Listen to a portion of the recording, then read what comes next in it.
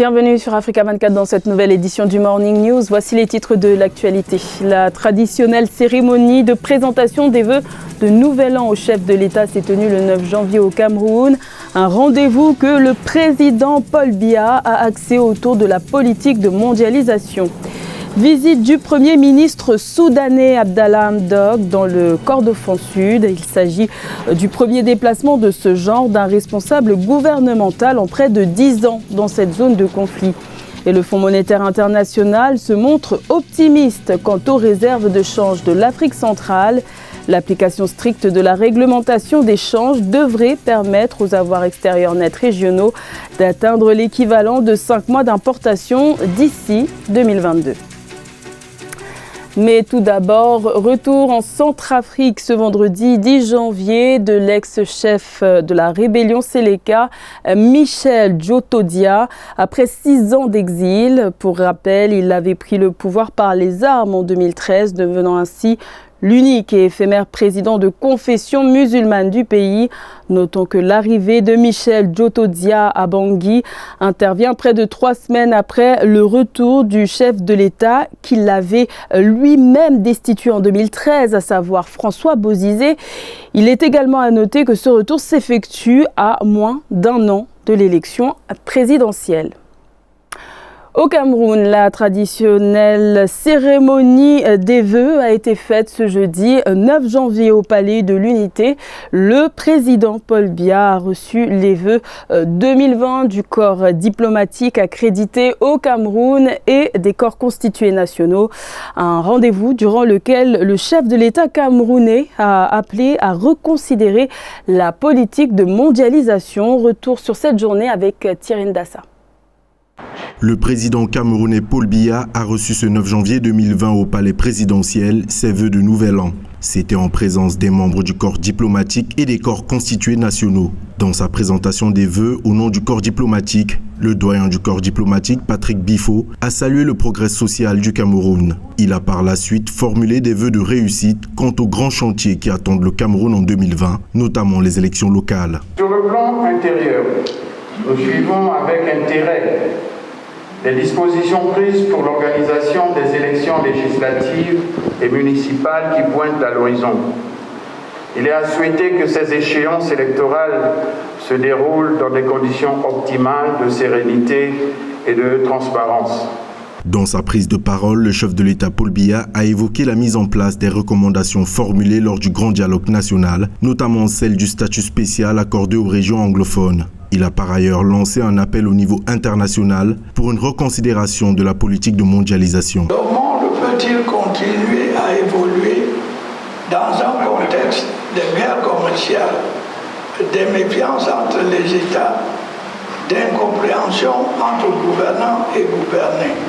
Il me paraît que seule une conférence internationale au plus haut niveau pourrait jeter les bases d'un acte 2 de la mondialisation, selon les termes d'un éminent politologue, c'est-à-dire une mondialisation qui mette l'homme et son environnement au cœur de toute activité économique. Le chef de l'État a réitéré l'urgence de la prise en compte des questions d'environnement, de climat, ainsi que les problèmes migratoires. Pour ce dernier, ces problèmes sont la preuve de l'interdépendance des États en matière de développement. Il avait promis de parvenir à la paix dans les zones de conflit au Soudan et il s'emploie à tenir sa promesse. Le Premier ministre Abdallah Hamdok, en poste depuis moins de 6 mois, a effectué ce jeudi 9 janvier une visite dans le Kordofan Sud, un bastion où les rebelles ont combattu pendant des années les forces du président déchu Omar El-Béchir. Nathalie Mo. Le Premier ministre soudanais Abdallah Hamdok en visite officielle ce 9 janvier 2020 au Kordofan Sud. La présence du chef du gouvernement du Soudan à Kaouda, le bastion du mouvement de libération du peuple soudanais Nord, est présentée par les autorités soudanaises comme une étape brillante vers l'instauration de la paix dans tout le pays. La visite du Premier ministre soudanais dénote d'un acte politique de forte ampleur sur le plan symbolique parce que Kordofan représente le point de discorde longtemps revendiqué par les deux États et où l'accord de Naivasha de 2005 avait été signé mettant fin à la guerre entre le Sud et le Nord dans l'optique d'une éventuelle transition. La visite du Premier ministre soudanais au Kordofan Sud intervient alors que les discussions entre le gouvernement et les groupes armés rebelles sont suspendues à Juba, au Soudan du Sud. Des observateurs estiment qu'il serait opportun que les partis évoluent sur la question de la laïcité du Soudan, ainsi que d'autres points de discorde qui demeurent en suspens. Il faut souligner qu'il sera question pour le Premier ministre soudanais d'initier des discussions avec les mouvements armés. Enfin, la symbolique de cette visite peut s'inscrire sous le prisme de la volonté d'une paix globale, puisque toutes les questions seront sur la table des discussions. Début janvier 2020, le mouvement de libération du peuple soudanais nord a étendu de 3 mois son cessez-le-feu unilatéral afin de permettre aux populations d'accéder à l'aide humanitaire. De son côté, le Premier ministre soudanais a multiplié les gestes d'apaisement en direction des États rebelles du Darfour, du Kordofan Sud et du Kordofan Nord. Dernier en date, sa visite au Darfour le 1er janvier 2020, après de violents affrontements entre tribus arabes et peuples massalites. Également dans l'actualité, au Bénin, la commune de Savé, située dans le centre du pays, est connue pour être le bastion de l'ancien président Thomas Boniaï, principal rival du chef de l'État Patrice Talon, a été le théâtre d'affrontements entre population et forces de sécurité ce jeudi 9 janvier. Selon plusieurs résidents, la route inter-État Cotonou-Savé, qui est l'axe principal du pays, a été barricadée tout au long de la journée. Une situation qui interviendrait suite à l'interpellation d'un individu par la police un peu plus tôt dans la journée. Aucun bilan officiel n'est pour l'instant disponible. Bonne perspective pour les réserves de change des pays de la CEMAC. Les prévisions du Fonds monétaire international indiquent que les avoirs extérieurs nets régionaux pourraient atteindre l'équivalent de 5 mois d'importation d'ici 2022. Une performance qui trouverait sa source notamment dans l'application stricte de la réglementation des changes. Plus de précisions avec Philomène Tiné. Les réserves de change de la Communauté économique et monétaire de l'Afrique centrale, CEMAC, en nette progression. À fin juin 2019, elles ont atteint 3 822 milliards de francs CFA pour les 6 pays membres de la Communauté économique. Les avoirs extérieurs nets inscrits dans cette même dynamique devraient atteindre l'équivalent de 5 mois d'importation de biens et de services d'ici 2022, d'après les projections du FMI, Fonds monétaire international. Ces pays ont mené des négociations avec le Fonds monétaire international. Ils ont bénéficié d'un retour d'une conjoncture favorable. Ils ont dû engager un certain nombre de réformes, maîtriser les dépenses et avoir une rigueur sur le plan budgétaire. Ces efforts-là, consolidés aujourd'hui, portent leurs fruits. Les réserves de change disponibles pour la région centrale africaine atteignent plus de 3 mois d'importation. Ceci résulte notamment des nouvelles réglementations de change mises en place par la Banque des États de l'Afrique centrale relatives au renforcement de restrictions des politiques macroéconomiques et financières. Je pense que simplement, c'est la discipline sur le plan budgétaire qu'il faut maintenir en faisant en sorte que les dépenses ne soient pas supérieures aux recettes, tout simplement. Et ensuite, maintenant, faire en sorte que, au niveau interne, que le climat des affaires s'améliore, que les investisseurs soient à nouveau au rendez-vous. Le FMI préconise que les pays membres de la CEMAC apportent leurs gains en devises à la Banque centrale, dans le but de mieux reconstituer leurs réserves de change. En outre, la croissance globale de la zone CEMAC devrait accélérer à 3,5% en 2020, portée principalement par le secteur non pétrolier. La Banque nationale d'Éthiopie prévoit une croissance à 2 chiffres pour 2020. La croissance économique nationale pourrait atteindre 10,8% pour l'exercice se terminant en juillet 2020, le fruit des réformes menées par le Premier ministre Abiy Ahmed, entré en fonction en 2018. Corinne Kamsefem.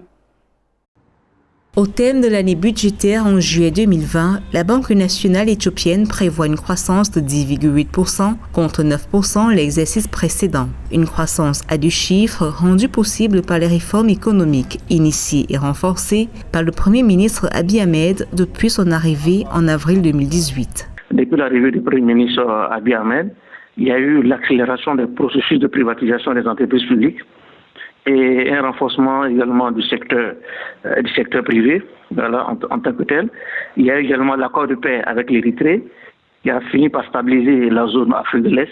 L'énergie, les télécommunications, les transports ou encore la production du sucre ne sont plus la chasse gardée de l'État. Cette dynamique de modernisation de l'économie a ravivé l'intérêt des investisseurs et bailleurs de fonds tels que le Fonds monétaire international qui a conclu avec l'Éthiopie un accord triennal d'un montant de 2,9 milliards de dollars. Mais il est évident qu'une telle croissance ne peut se pérenniser si véritablement l'Éthiopie entre dans un cycle de stabilité politique.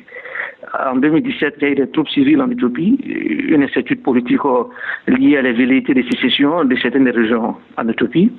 Alors, donc, voilà autant de menaces, y compris les aléas climatiques, qui peuvent alors contrarier cette prévision de croissance au cours de l'année 2020. Selon la Banque africaine de développement, l'année 2020 verra l'accentuation de l'embellie économique en Éthiopie. Cela passera par la modernisation dans l'agriculture, mais aussi la poursuite du processus d'industrialisation avec le développement des zones industrielles. De même, l'option de libéralisation choisie par le gouvernement va réduire les dépenses publiques avec un effet stabilisateur sur la dette publique. À la découverte d'une étoile montante active dans le domaine du rap africain. Il s'agit de Alrich. Cet artiste burkinabé exerce son talent dans la musique de variété, une voix unique qui surfe aisément sur plusieurs rythmes. Reportage de notre correspondant Jean-Paul Ouedraogo, commentaire Marcel Farba-Maroun.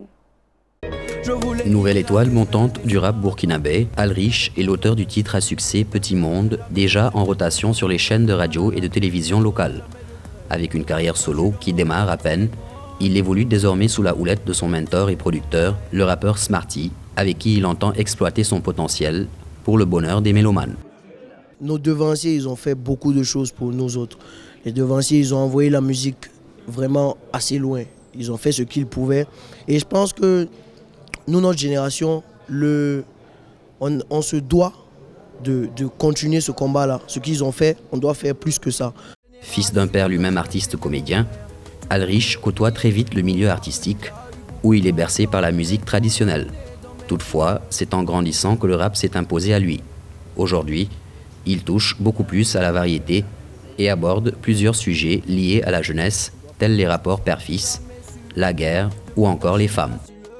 Dans mes compositions, j'aborde beaucoup de thèmes. En réalité, j'aborde la société en général, que ce soit les tares ou les bonnes choses, je sais pas. J'aborde plusieurs sujets et aussi au niveau de notre génération, j'aborde aussi nos problèmes, ce que la génération pense tout bas. J'essaie de mettre ça en lumière et voilà, j'essaie de parler de plein de choses, quoi, l'inspiration. Son rêve, c'est de voir sa renommée dépasser les frontières du pays. Pour y arriver, Alrich se fixe entre autres objectifs la création et la formation continue afin non seulement de demeurer présent sur la scène, mais aussi de saisir les opportunités qui se présenteront à lui. C'était le journal de la rédaction. Merci de l'avoir suivi. L'information continue sur Africa 24.